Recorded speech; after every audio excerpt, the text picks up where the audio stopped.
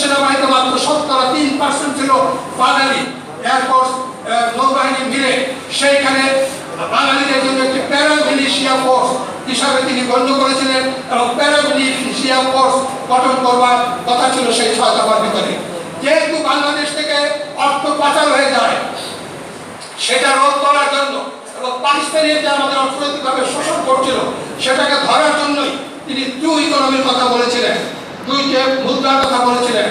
এমনিভাবে তিনি এই 6 দফা দাবি পেশ করেছিলেন, যে 6 দফা অর্থ মূলত ছিল 1 দফা, সেই 1 দফার মূলত অর্থ ছিল বাংলাদেশের স্বাধীনতা, যেটা পাকিস্তানিরা কোনোদিন মানতে পারে না। জেনেই বঙ্গবন্ধু ক্যামাফ্লেক্স হতে এই 6 দফা দিয়ে পাকিস্তানের বিরুদ্ধে প্রচার শুরু করলেন এবং এই 6 দফা অতি অল্প সময়ের ভিতরে সেই দিন জনপ্রিয়তা লাভ করে এবং এই 6 দফাকে সেই দিন ম্যাগনা কার্টা হিসাবে, বাঙালি জাতির মুক্তি সনদ হিসাবে সেই দিন গ্রহণ করা হয়েছিল, আখ্যায়িত করা হয়েছিল।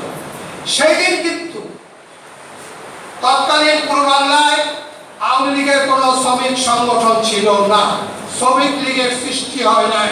এবং এই 6 দফা যখন দেওয়া হয় তখন এই দেশের অনেক বামপন্থীরা বলেছিলেন এই 6 দফা সেই দলিল, এই 6 দফার ভিতরে কৃষক শ্রমিকের কোনো কথা নেই। অন্যদিকে আইয়ুব খান অস্ত্রের ভাষায় এই 6 দফাকে মোকাবেলা করবার কথা বলেছিলেন। এই দুই সারাশি আক্রমণকে ভেদ করে সেই দিন বঙ্গবন্ধুর এই 6 দফা জনপ্রিয়তার তুঙ্গে গিয়েছিলেন এবং তার শ্রমিক সংগঠন না থাকার পরেও সেই দিন 6 দফার প্রশ্নে বঙ্গবন্ধুর গ্রেপ্তার হওয়ার পরে যে 17 জুন সর্বপ্রথম হরতাল দেওয়া হয়েছিল, সেই হরতালে শ্রমিক নেতা বন্ধুরা সহ বিভিন্ন জায়গায় 13 জন শ্রমিক নেতারা জীবন দিয়েছিলেন।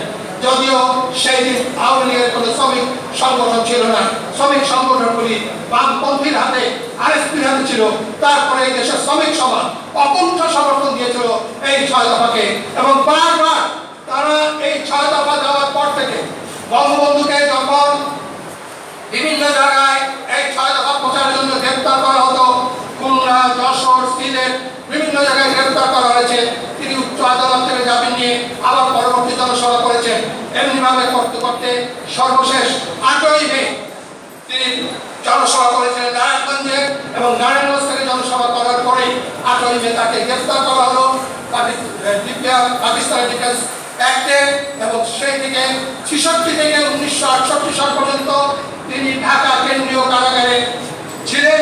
1968 সালে তাকে রাতের অন্ধকারে আগরতলা মামলার আসামি করে ঢাকা কেন্দ্রীয় কারাগার থেকে নিয়ে যাওয়া হয় ক্যান্টনমেন্টে এবং সেখানে তাকে রাখা হয়।